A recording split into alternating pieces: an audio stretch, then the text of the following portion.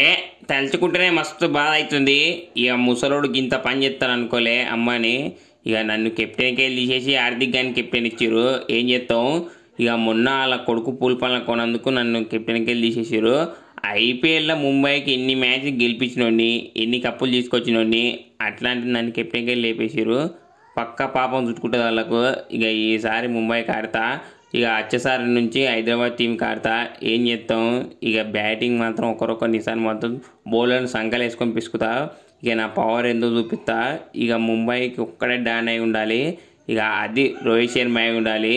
ఇక 5వ మ్యాచ్ మా గుజరాత్తో ఉంది. ఇక గుజరాత్ మోడీ స్టేడియంలో మోగిస్తా.